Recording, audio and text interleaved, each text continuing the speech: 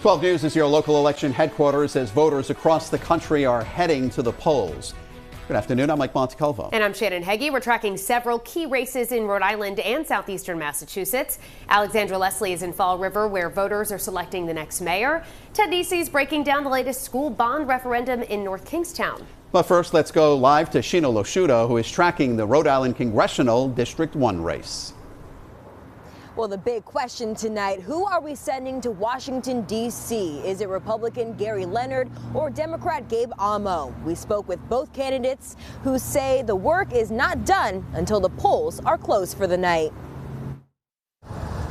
Republican Gary Leonard and Democrat Gabe Amo both spending the day talking with voters, hoping to soon represent Rhode Island's first congressional district in Washington, D.C. The rush of the race starting back in February when veteran politician David Cicilline announced his resignation from the seat. We're excited about it. We've spent a lot of time up in the northern part of the state.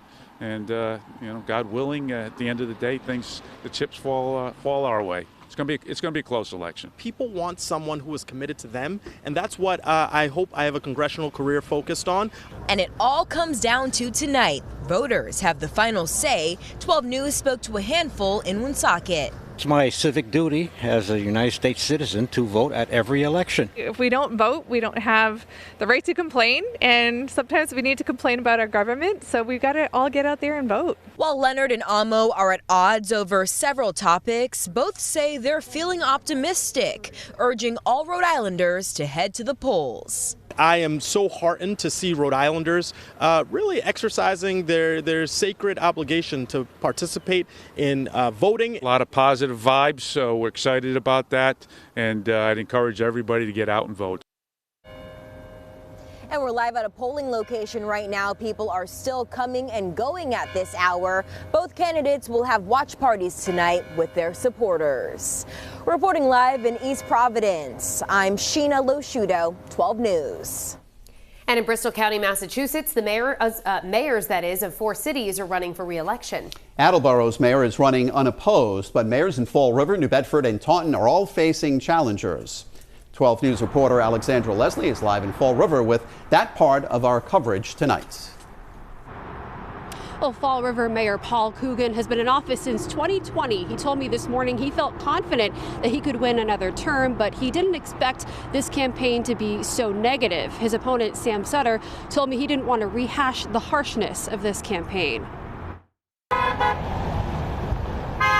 The campaign's over. This is the final day. You wrap everything up and you go from there. This election day is incumbent Mayor Paul Coogan's 4th time trying to convince Fall River voters he deserves the city's top job. What is your biggest takeaway from this election so far?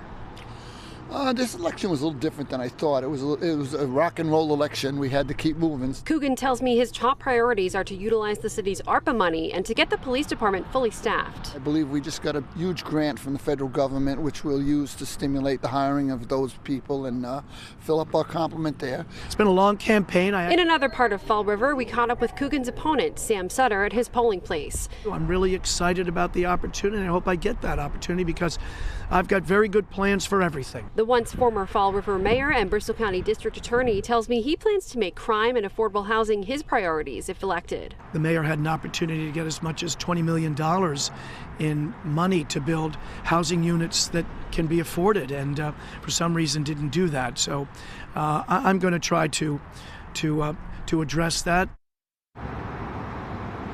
12 News went all over Bristol County today, catching up with mayoral candidates in New Bedford and Taunton as well. We'll hear from those candidates coming up, new at 6. For now, reporting live in Fall River, Alexandra Leslie, 12 News. And several Rhode Island communities headed to the polls to vote on school bond questions. 8 Rhode Island cities and towns are hoping to take advantage of a state reimbursement program that is set to expire next year. And that includes North Kingstown, where there's been a big debate over that $222 million so-called mega bond to fund a new school and public safety complex. We caught up with voters on both sides of the issue. I moved to North Kingstown for the school system, and I think many of my peers did, and I want our kids to have the best schools that they can have. This is that we do, the schools and the safety complex need help, but do it the right way and do it in a way that's good for the taxpayers of North Kingstown. And now we're joined live once again by 12 News Politics Editor Ted Nesi. I know you've been keeping an eye on what's going on in North Kingstown. What's the turnout like? Well, I just looked at the turnout tracker a little while before coming on the air here. Remarkably, as of 4 p.m., North Kingstown had the highest turnout in Rhode Island right now, even higher than Providence, the capital city with almost 200,000 residents. Just to remind folks, North Kingstown is not one of the communities electing a new congressman today either. So this turnout is being driven entirely by voters motivated to cast a ballot on that controversial bond referendum. So one of the things tonight that we want to watch is the results there in North Kingstown. Was this turnout a sign of opposition, or are supporters driving the high turnout? We'll know, of course, soon after 8 p.m. All right, and Ted Nesi will be back again at 6 for a look at an unusual bond referendum over in Bristol and Warren. There are certainly a lot of them to cover today. So Ted, we'll see you again later. Thanks for joining us. Good to be here.